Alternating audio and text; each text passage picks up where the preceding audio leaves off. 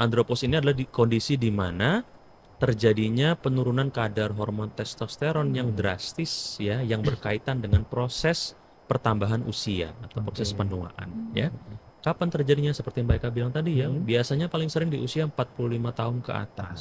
Nah, itu sudah mulai terjadi penurunan secara drastis dari hormon testosteron. Ya, tapi apakah andropause ini pasti terjadi pada semua pria? Ya, tidak juga. Tidak ya, juga ya, dokter, betul. ya. Ini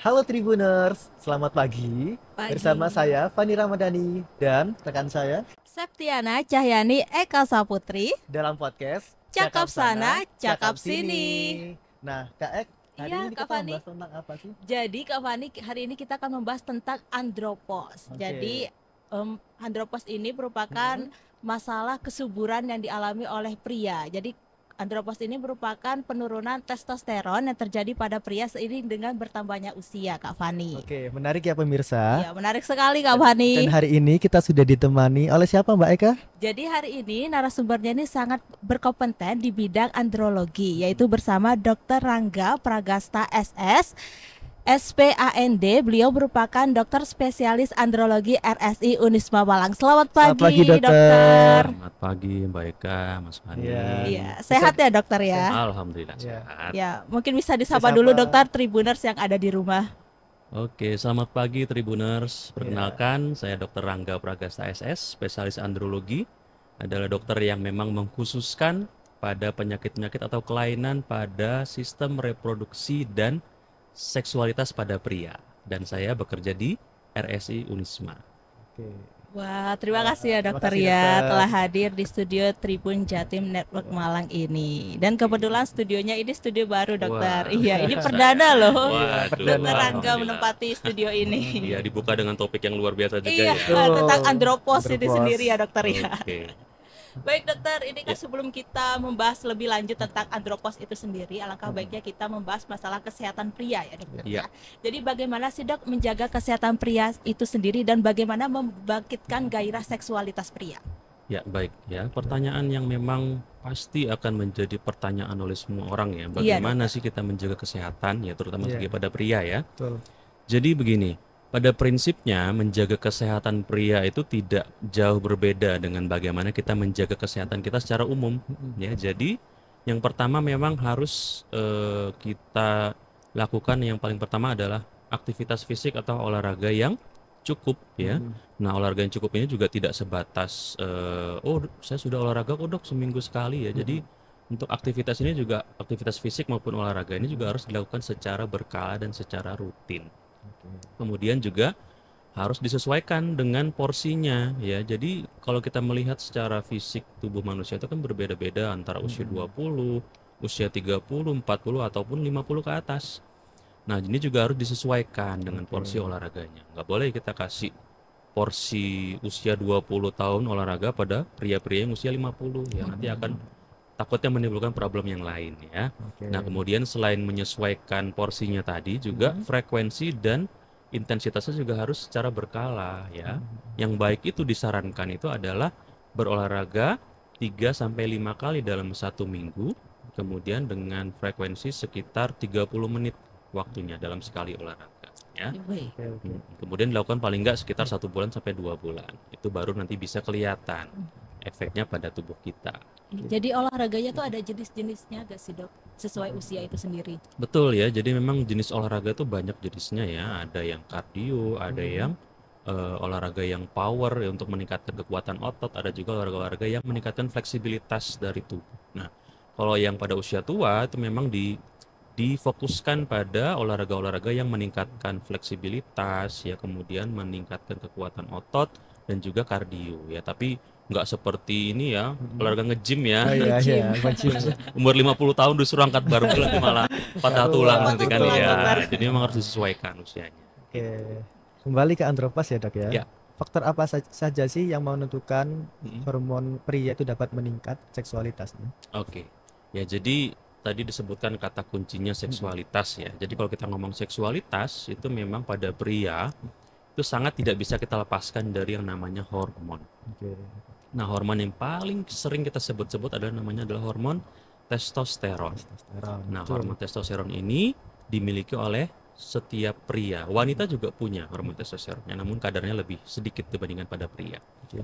Nah, hormon testosteron ini diproduksinya di mana? Yaitu di bagian testis daripada pria, biji pelirnya ya, di bagian. Silakan periksa di bawahnya masih ada apa enggak ya.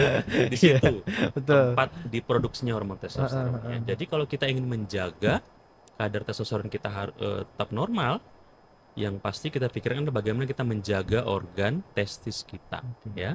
Salah satunya paling umum tadi adalah itu ya, olahraga, kemudian nutrisi ya.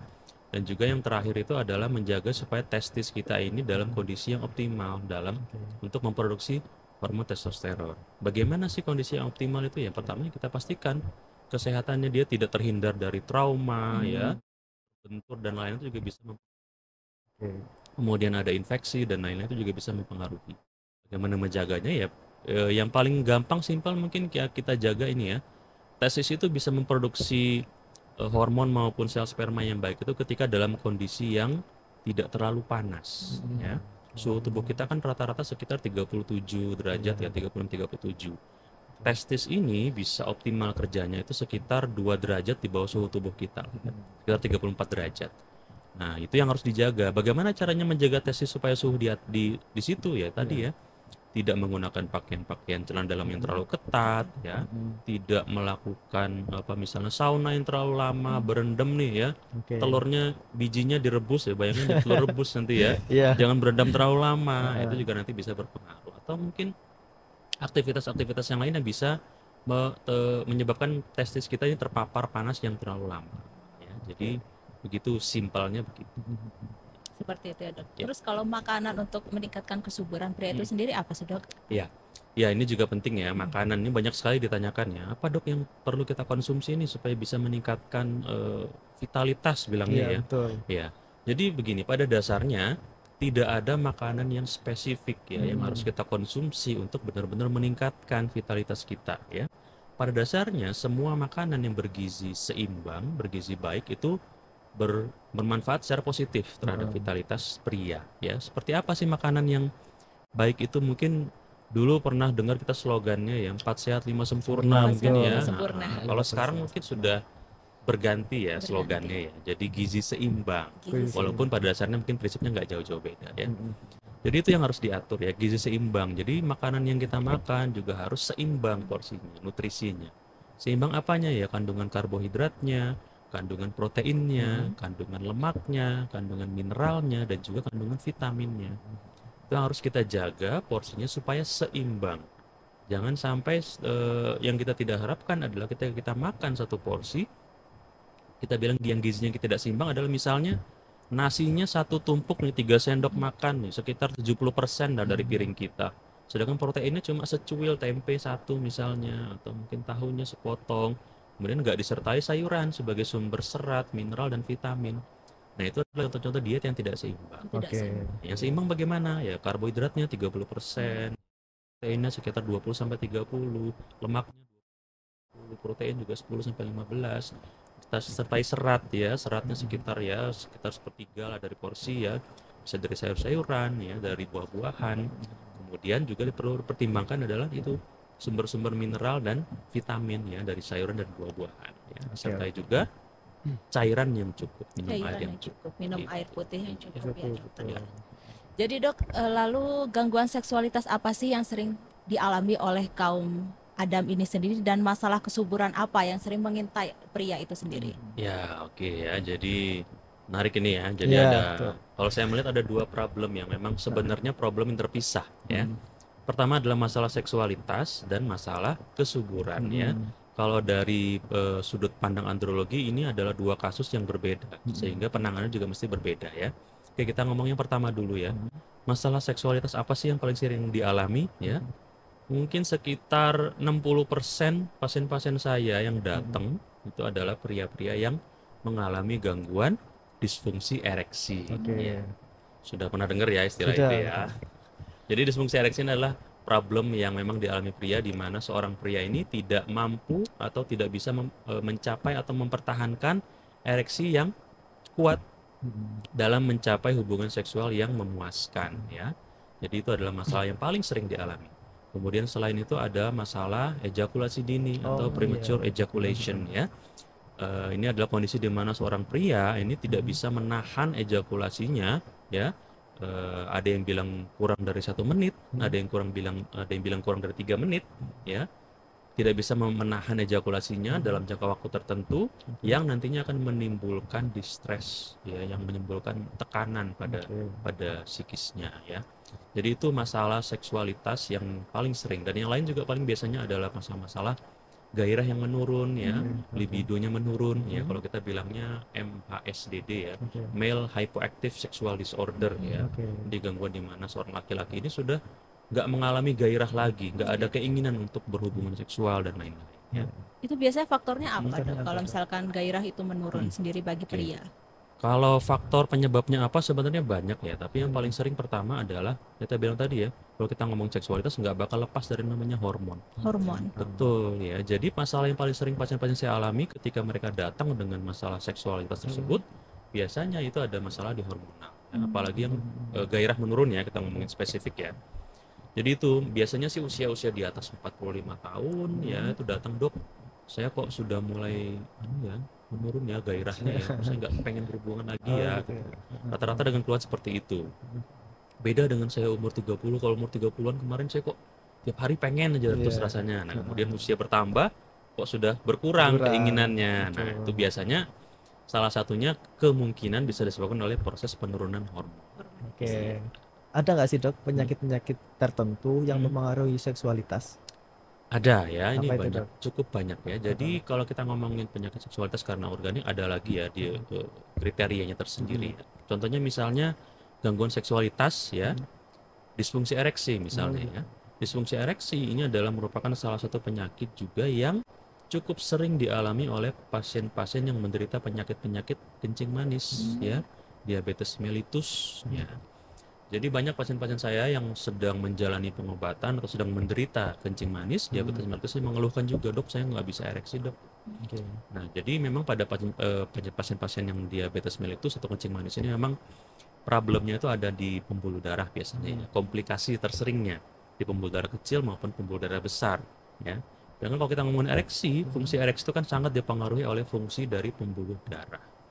Kalau pembuluh darahnya bermasalah, hampir pasti fungsi ereksinya juga pasti akan terganggu. Makanya pada pasien-pasien kencing manis itu juga sering mengalami disfungsi ereksi ya. Penyakit apa lagi yang lain? Darah tinggi, hipertensi juga bisa ya. Kemudian penyakit-penyakit infeksi misalnya ya. Penyakit infeksi menular seksual ya. Kemudian yang terakhir terbaru kemarin COVID-19 ya. Itu bisa berpengaruh juga bisa berpengaruh. Ternyata dari penelitian terbaru. Iya, betul. Ada pengaruhnya terhadap fungsi seksual maupun fungsi reproduksi. Pengaruhnya apa ya? Pengaruhnya negatif. Negatif itu sendiri. Betul. Kalau misalkan orang yang obesitas itu juga berpengaruh terhadap kesuburan pria gak sih, Dok? Nah, pertanyaan bagus ya. Jadi ini juga sering sekali problem yang mungkin tidak cukup dijelaskan dan masyarakat juga mungkin belum aware ya terhadap pengaruh dari berat badan terhadap kesuburan. Jadi ternyata memang pria-pria yang mengalami obesitas terutama ya, overweight atau obesitas itu memang ternyata sangat berpengaruh terhadap kesuburan ya. Secara kesimpulan, pria-pria yang mengalami kondisi obesitas ini memiliki kualitas sperma yang lebih rendah dibandingkan pasien-pasien yang tidak mengalami obesitas ya. Kenapa bisa seperti itu? Jadi pada pasien-pasien yang obesitas itu terjadi penumpukan lemak di dalam tubuhnya ya, terutama ada namanya penumpukan lemak putih ya, white adipose cell namanya ya. Nah, dalam sel lemak putih ini itu terdapat sebuah enzim yang namanya aromatase ya, atau aromatase enzyme. Nah, fungsinya apa? Enzim ini fungsinya adalah merubah hormon testosteron menjadi hormon estradiol. Nah, sedangkan kalau kita berbicara masalah kesuburan dan seksualitas, hormon testosteron ini kan sangat penting. Ya. Ketika hormon ini dirubah menjadi hormon yang lain, otomatis kadarnya pasti akan menurun. Nah, sehingga kalau proses ini terus berlangsung, sel lemak putihnya semakin banyak mengkonversi hormon testosteron, maka lama-kelamaan testosteron dalam tubuh pasien akan menurun. Efeknya apa? Tentu ke arah penurunan seksualitas, Kualitas. kemudian penurunan dari Sperma. kualitas dari sperma. Betul Oke. sekali. Dok, gimana sih kita mengetahui sperma yang baik itu gimana? Ada ciri-cirinya nggak? Ya, oke. Jadi ini ya, bagaimana mengetahui sperma yang baik itu ya. Nah, jadi mungkin sedikit meluruskan dulu bahwa istilah sperma itu ya dalam dunia kedokteran itu spesifik kita adalah menggambarkan adalah sel yang ada dalam cairan mani, ya. Jadi kalau kita ngomong sering, mungkin pada masyarakat sering ngomongnya sperma ya mungkin yang dimaksud itu adalah cairan mani. Oke. Nah, kalau dalam istilah kedokteran cairan mani itu kita sebutnya semen. Semen. Cairan semen ya. Sel di dalamnya ya yang bentuk kecebong-kecebong mungkin Oh pernah ya, lihat ya. kecebong. Itulah yang namakan sel sperma. Heeh. Nah, bagaimana kita menilai sperma yang baik apa enggak? Tentu nomor satu kita nggak bisa melihat dengan kasat mata. Oke. Ada alatnya. Ada alat. Betul ya, karena kan ini dia kan saya bilang tadi sel ya. Sel kan memang bentuk ukurannya sangat kecil ya dan Oke. memang tidak bisa kita amati dengan mata telanjang. Harus dibantu dengan beberapa peralatan laboratorium ya. Jadi ada namanya pemeriksaan analisa semen atau analisa sperma. Dengan pemeriksaan ini, cairan mani dari pasien yang ingin kita periksa akan kita amati, kita analisis di bawah mikroskop. Jadi di situ kita lihat jumlahnya berapa ya, kemudian pergerakannya berapa, bagaimana, bagus atau tidak. Kemudian bentuk dari sel spermanya ini juga normal atau tidak. Dari situ baru kita bisa menyimpulkan apakah sperma seseorang pria ini normal atau tidak, subur atau tidak ya. Jadi kita tidak bisa menilai dari kasat mata ya. Harus ada alatnya Harus gitu ya, Dok, betul, ya. harus melalui pemeriksaan. Pemeriksaan. Tapi kalau misalkan spermanya itu ya encer ya, Dok ya. Ya. Itu apakah mempengaruhi terhadap kesuburan pria itu sendiri? Ya, oke, ini juga salah satu pertanyaan yang paling sering ditanyakan Iya, ya. betul. Ya. Jadi gini, sperma encer ya itu bukan tolak ukur utama ya bagi kita sebagai klinisi untuk menilai seseorang itu subur atau tidak. Kan saya bilang tadi, kita bisa menilai seseorang yang subur atau tidak itu dari pemeriksaan analisa sperma. Kita lihat cairan maninya ini di bawah mikroskop, ada nggak sel spermanya ya. Nah, perkara encer atau tidak ini tidak berkaitan ya dengan jumlah sel sperma yang ada dalam cairan mani. Cairan mani yang encer belum tentu tidak ada sel sperma di dalamnya ya. Bisa jadi sel sperma cairan mani yang encer ini juga bisa jadi mengandung sel sperma yang banyak, sehingga kita bisa bilang ya berarti pria ini subur. Nah, jadi kita tidak bisa menilai hanya dari encer atau kentalnya cairan mani ya. Jadi mitos, Dok, ya kalau Mitos, ngomongnya. betul ya. Namun Encer. tapi ada juga sih memang ya kelainan-kelainan yang memang bisa kelihatan ya dari kasat mata ya. Misalnya tadi pertanyaan sebelumnya tadi bagaimana menilai ya. Sebenarnya ada beberapa tolak ukur lain, namun bukan menjadi tolak ukur utama ya. Oke. Encer atau tidak itu adalah tolak ukur keberapa lah yang kita lihat ya. Yang paling gampang pertama kita lihat adalah cairan maninya yang baik atau tidak. Pertama itu warnanya. Oh, gimana, Dok? Ya. warnanya, Dok? Cairan mani yang sehat itu biasanya berwarna putih mutiara, ya, putih keabu-abuan, ya. Anda mesti waspada ketika misalnya cairan maninya itu sudah warnanya berubah. Warna seperti apa yang paling sering? Yang paling sering itu adalah warna putih kekuningan, ya. Apalagi sudah mengarah berwarna kuning, nah itu harus waspada, curiga, dikhawatirkan ada proses infeksi di situ. Infeksi. Itu biasanya infeksi apa, Dok? Virus? Paling sering infeksi menular seksual karena bakteri ya. Bakteri. Betul, pernah mendengar istilah sifilis, Ya, mungkin sifilis, ya, ya, pernah. gonore Iya. ya. Itu biasanya akan memberikan penampakan cairan mani berwarna lebih kekuningan ya. Kemudian warna apa lagi? Warna kemerahan misalnya ya. Kemerahan ini juga kita khawatirkan bisa bercampur dengan darah. Ya. Kalau kemarahan itu apa, Dok? Tandanya Biasanya gimana? disebabkan ada perdarahan, mungkin ada perlukaan ya di daerah salurannya, atau mungkin ada proses infeksi yang sudah lanjut sehingga merusak beberapa kelenjar dalam saluran reproduksi sehingga darahnya akan keluar bersama cairan mani ya. Itu kalau dari warna. Apalagi yang bisa diperhatikan? Baunya. Betul ya. Mungkin di sini bagi bapak-bapak, ibu-ibu mungkin sudah pernah ya menghirup setidaknya ya seperti apa sih bau dari sperma, dari cairan mani ya. Biasa sih kalau kita gambarkan itu dalam dunia medis kita bilangnya baunya seperti bunga akasia. Ada yang bilang baunya seperti cairan pembersih pemutih lah ya dan lain-lain ya. Itu normalnya seperti itu Seperti aromanya ya. Normal ya. dokter ya. Betul ya. Yang tidak normal itu ketika nanti bau dari cairan itu berbau amis seperti Amis. bau ikan ya, Oh. kemudian bau busuk ya. Itu adalah tanda-tanda sama ya, tanda-tanda proses sedang terjadi proses infeksi dalam saluran reproduksi. Nah, itu yang bisa kita amati secara kasat mata. Tapi apakah misalnya mengalami kondisi seperti itu, apakah pasti tidak ada sperma? Ya, belum tentu. Belum tentu ya. Caranya bagaimana? Dengan analisa sperma. Analisa sperma tadi ya dok. Betul.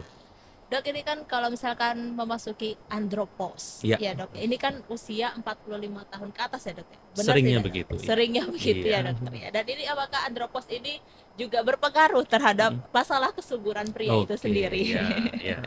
ya betul ya. Jadi gini, andropos ya saya jelaskan dulu sebelum kita Iya. masuk lebih lanjut ya. Jadi andropos itu adalah memang sebuah istilah ya yang digunakan mungkin lebih banyak oleh masyarakat awam ya. Andropos karena Iya. mungkin lebih padu padan dengan kata-kata menopause yang mungkin Nah. lebih sering didengar dengan masyarakat ya. Namun dalam dunia klinisi ya kita menggunakan istilah yang berbeda ya. Ada namanya LOH ya, late onset hypogonadism namanya. Ini juga sebenarnya ya kurang lebih sama dengan istilah andropos ya. Jadi andropos ini adalah kondisi di mana terjadinya penurunan kadar hormon testosteron yang drastis ya, yang berkaitan dengan proses pertambahan usia atau proses penuaan ya. Kapan terjadinya seperti Mbak Eka bilang tadi ya, biasanya paling sering di usia 45 tahun ke atas. Nah, itu sudah mulai terjadi penurunan secara drastis dari hormon testosteron. Nah, tapi apakah andropos ini pasti terjadi pada semua pria? Ya, tidak juga. Tidak juga ya, dokter, betul. ya.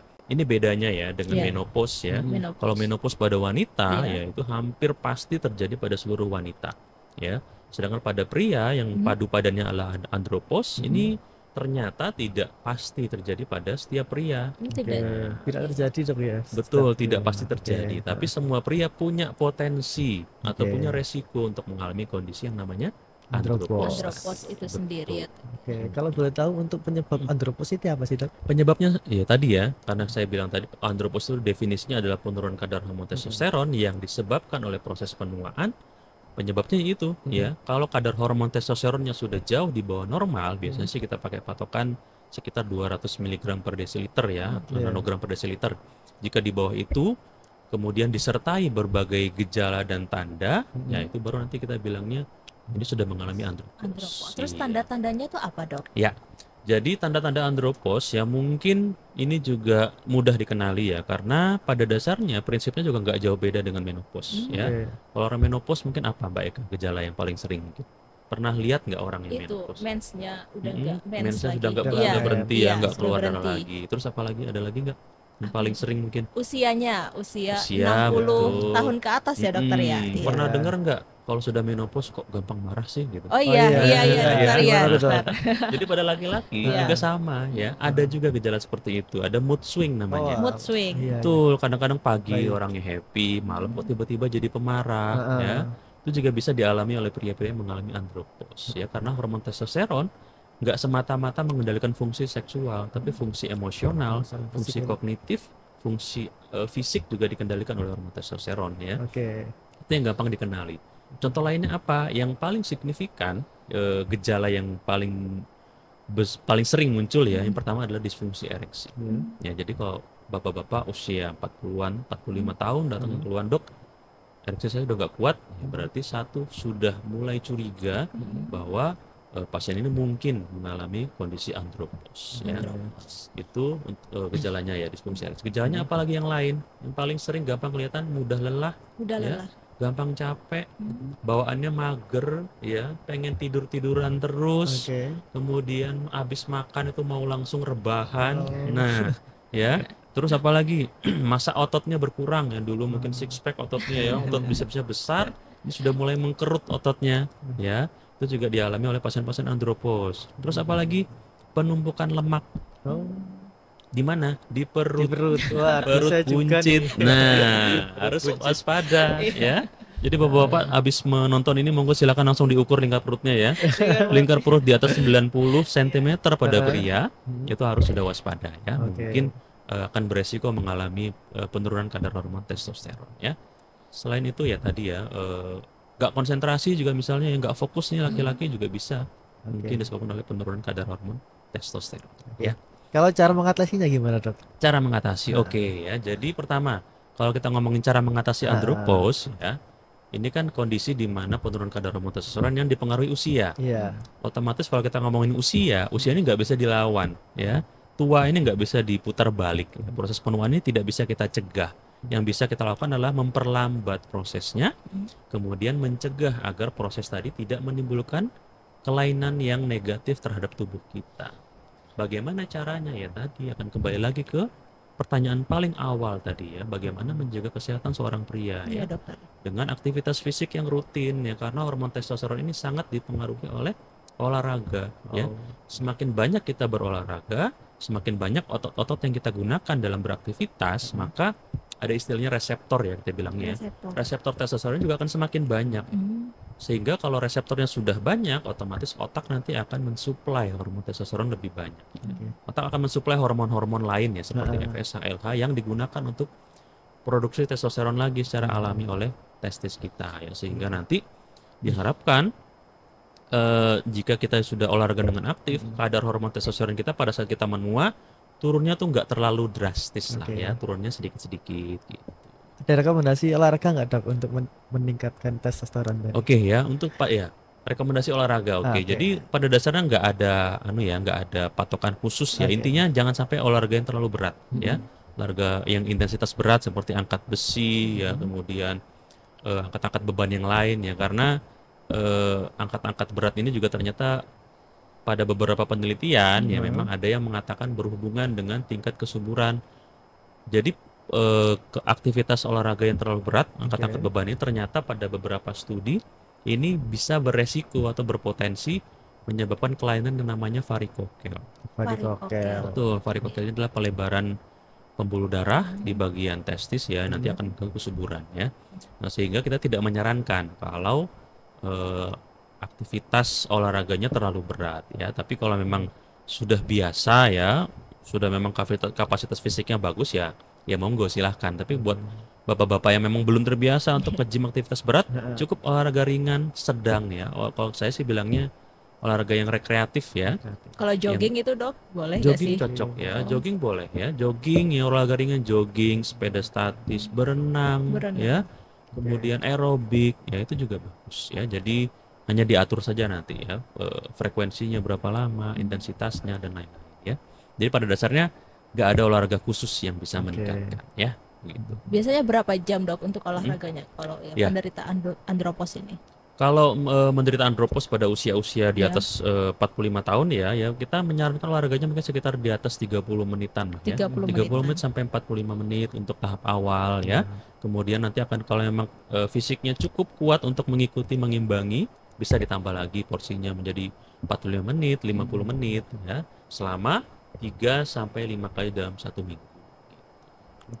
Ada alat khusus nggak, Dok, untuk mengetahui ini subur, ini enggak, kayak gitu, untuk kesuburan pria? Kesuburan pria ya, oke. Jadi kalau wanita mungkin ada ya, cek alat kesuburan itu kan gampang didapatkan di mana-mana ya. Nah, kalau pada pria mungkin saat ini masih belum bisa seviabel itu. Artinya kalau kita ingin mengecek ya seorang pria ini subur atau tidak, ya memang harus datang ke laboratorium. Ya. Laboratorium memiliki fasilitas pemeriksaan analisa semen atau analisa sperma tadi ya. Prosesnya dengan mengeluarkan cairan mani, kemudian cairan maninya ditampung ya. Setelah itu cairan maninya akan diperiksa di bawah mikroskop dan nanti akan dilihat lah jumlahnya, pergerakannya, bentuknya dan lain-lain. Nanti di situ bisa disimpulkan apakah seorang pria ini mengalami gangguan kesuburan atau tidak. Begitu. Seperti itu ya, Dok ya. Terus ya, Dok ya, ini apakah pria yang penderita andropause ini apakah ada kemungkinan masih memiliki anak, Dok? Oke, ya. Jadi betul ya. Jadi ini juga beberapa kali ditanyakan ya oleh pasien-pasien saya, Dok, kalau emang pasien 50-an, 60-an udah masih bisa punya anak nggak sih gitu ya? Betul. Ya, jadi gini, kalau andropause itu kan memang terjadi penurunan dari hormon testosteron dan memang hormon testosteron tadi adalah salah satu hormon yang penting untuk kesuburan pria. Namun pada proses kesuburan ya sistem reproduksi kita, hormon testosteron ini bukan menjadi satu-satunya hormon yang berperan penting ya. Ada lagi hormon yang namanya FSH, ada lagi yang namanya hormon yang namanya LH ya. Nah, pada pria-pria yang mengalami andropause yaitu masih kesuburannya sebenarnya beda dengan wanita ya. Kalau wanita misalnya wanita menopause usia berapa 47, 48 ya, maka kemampuan untuk hamilnya itu hampir berkurang mencapai 0%. Berbeda dengan pria. Kalau pria walaupun dia mengalami andropause sebenarnya masih bisa untuk menghamili pasangannya. Kalau pasangannya belum menopause ya, Iya. masih bisa. Namun memang pada beberapa pria yang mengalami andropause mungkin akan terjadi penurunan dari kualitas spermanya ya, bisa mungkin jumlahnya yang berkurang atau pergerakannya yang berkurang, atau mungkin yang paling sering adalah ini, jadi sperma-sperma yang dibawa oleh pasien-pasien yang memang sudah usia lanjut ya 50-an ke atas itu memang ternyata cenderung DNA yang dibawa oleh spermanya ini memang cenderung tidak baik, sehingga bisa mengganggu proses pembuahan. Nanti mungkin embrionya mungkin mengalami keguguran bisa jadi, atau mungkin jika berhasil tumbuh ya janinnya mungkin nanti ada potensi, ada resiko untuk terjadi beberapa kelainan kongenital, kelainan bawaan ya. Jadi walaupun masih bisa menghamili tapi kualitasnya tidak akan sebaik masa-masa sebelum andropause. Begitu. Andropause begitu ya dokter ya. Oke dokter, baik, terima kasih. Terima kasih, dokter. Atas Sama-sama. waktu dan kesempatannya telah hadir di podcast Cakap Sana Cakap Sini episode kesehatan andropause ya dokter ya. Terima kasih ya dokter ya, semoga sehat selalu. Sama-sama Mbak Eka, terima kasih juga Mas Fani sudah diundang ke Tribun. Iya. Semoga ada kesempatan ketemu bahas topik-topik yang lain ya. Iya, amin amin dokter. Dan mohon maaf apabila ada kesalahan kata dan pengucapan tadi ya dokter ya. Sama-sama. Ya. Oke, baik Tribuners, sampai di sini dulu perjumpaan saya kali ini. Saya Septiana Cahyani Eka Saputri dan rekan saya Fani Ramadhani serta Dr. Rangga Pragasta SS SPAND, dokter spesialis andrologi RSI Unisma Malang, pamit undur diri dan sampai jumpa. Kembali lagi dalam podcast Cakap Sana, Cakap Sini episode berikutnya. Dadah. Assalamualaikum warahmatullahi wabarakatuh.